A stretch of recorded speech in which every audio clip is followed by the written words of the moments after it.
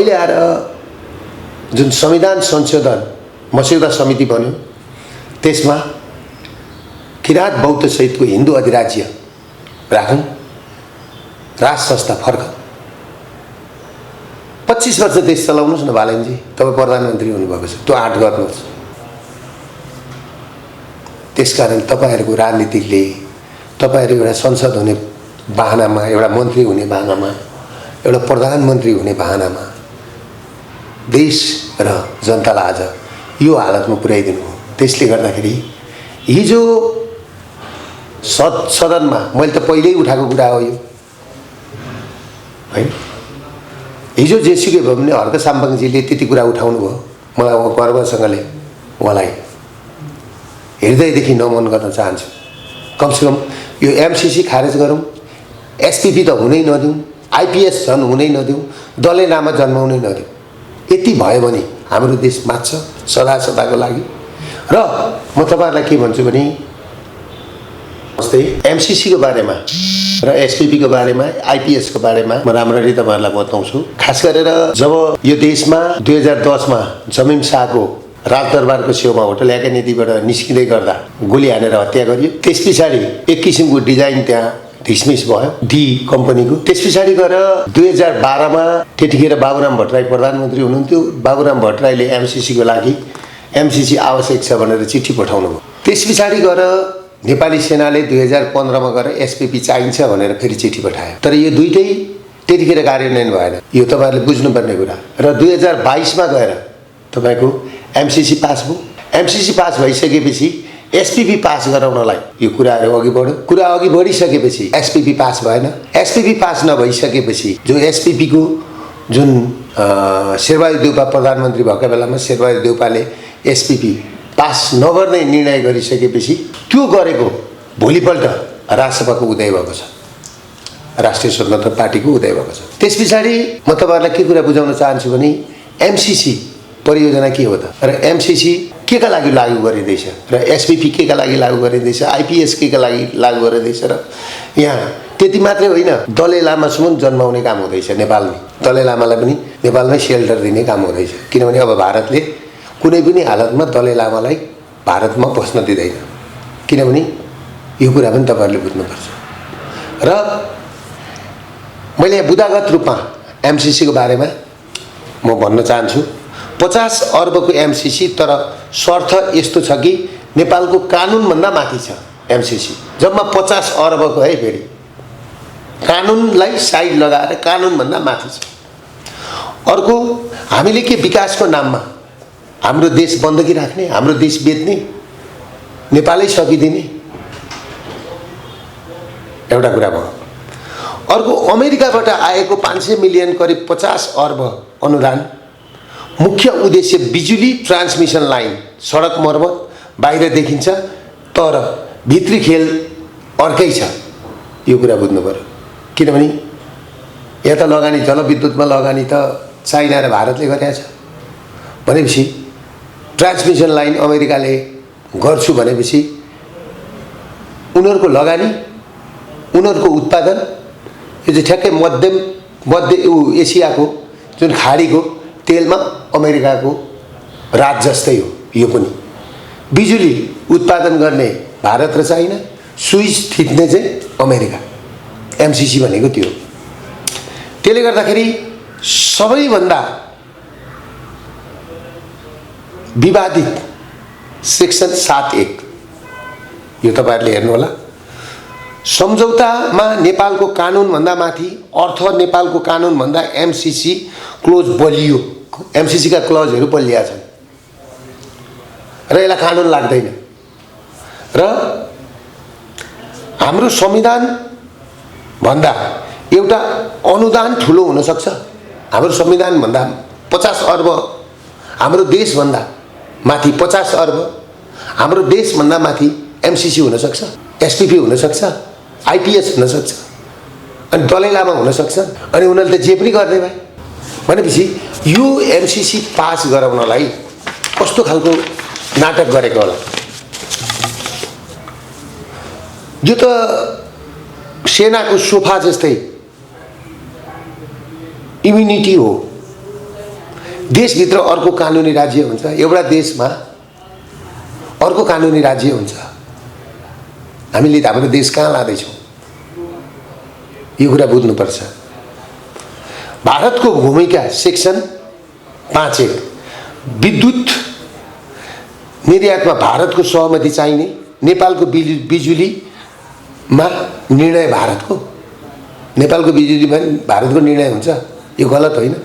500 मिलियनको अनुदान भनियो, तर नेपालले 130 मिलियन हाल्नुपर्ने।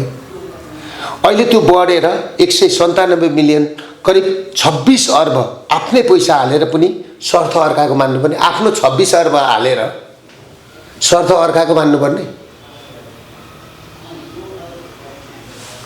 त्यसले गर्दाखेरि एमसिसी केवल विकास होइन, अमेरिकाको रणनीतिक योजना आइपिएससँग जोडिएको यो प्रोजेक्ट केवल जियोपोलिटिकल मुभ हो, भू राजनीतिक हो। र यसले ठुलो 2030 भित्रमा 2026 लाग्यो, अब 3 वर्षभित्रमा धेरै ठुलो उथलपुथल ल्याउँदैछ। यहाँ को मर्छ को बाँच्छ थाहा छैन। के हो कुरा?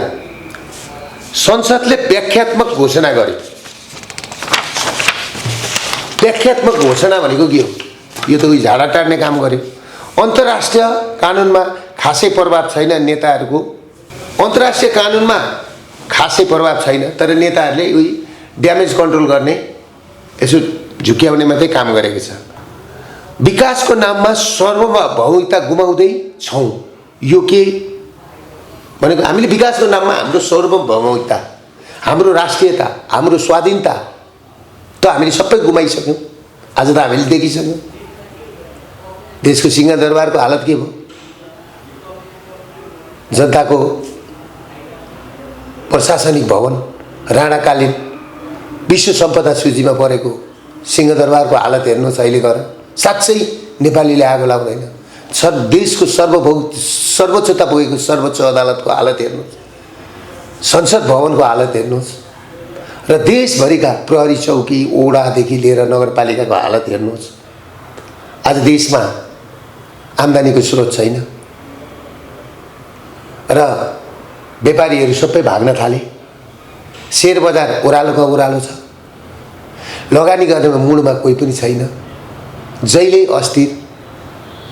अस्थिर 2007 साल, 2017 साल, 2028 सालको राजा महेन्द्रको मृत्यु, 2036 साल, 2046 साल, 2052 सालको जनयुद्धको थालनी, 2058 सालमा राजपरिवारको रहस्यमय हत्या, 2065 राजाको बहिर्गमन दरबारबाट, 2072 संघीयता सहितको धर्मनिरपेक्ष लागेर संविधान, त्यस पछाडि गोविन्द केसीलाई सुताएर 2019 मा त बालनजीहरूलाई तयार गरेर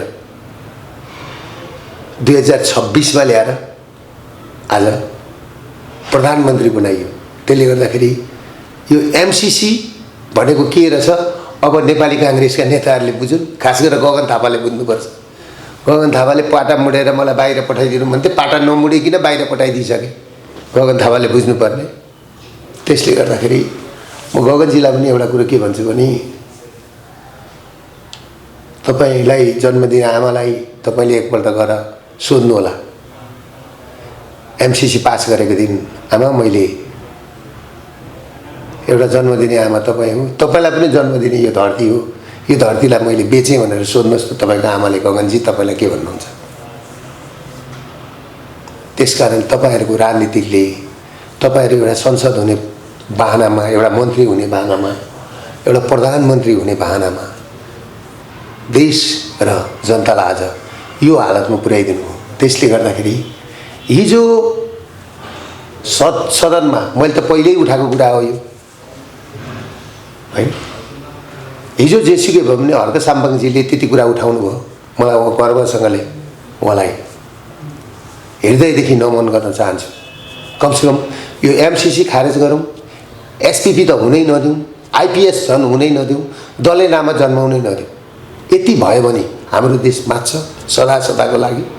र म तपाईँहरूलाई के भन्छु भने अहिले आएर जुन संविधान संशोधन मस्यौदा समिति बन्यो त्यसमा किराँत बौद्ध सहितको हिन्दू अधिराज्य राखौँ, राज संस्था फर्क 25 वर्ष देश चलाउनुहोस् न बालनजी, तपाईँ प्रधानमन्त्री हुनुभएको छ, त्यो आँट गर्नुहोस्।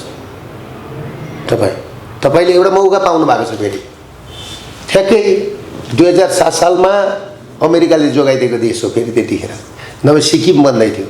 तर के शर्तमा जोगाएको थियो भन्दाखेरि यता जोगाउने तर भित्री रणनीति उसको के थियो भने खम्पा विद्रोह गराउने। तर राजा महेन्द्रले खम्पा विद्रोह दबाएपछि राजा महेन्द्रको 2028 सालमा रहस्यमय मृत्यु भयो। आज तपाईँ त्यो ठाउँमा हुनुहुन्छ बालनजी। फेरि यो कुरा बुझ्नुहोस् नि, तपाईँले तपाईँका हातमा, तपाईँको दिमागमा, तपाईँको मन मस्तिष्कले के गर्छ त म जान्दिनँ, तर तपाईँले जुन ठाउँ टेक्नु भएको छ त्यो त्यति सजिलो ठाउँ छैन। किनभने भू राजनीतिको चपेटामा यो देश परिसकेको छ र तपाईँले अहिले पनि बुद्धि पुर्याउनु भयो र हामी जस्तो मान्छेहरूसँग सल्लाह लिनुभयो भने यो देश फेरि भारत र चीनको छाहारी बन्न सक्छ। यो कुरा तपाईँले बुझ्नुहोस्। नमस्ते।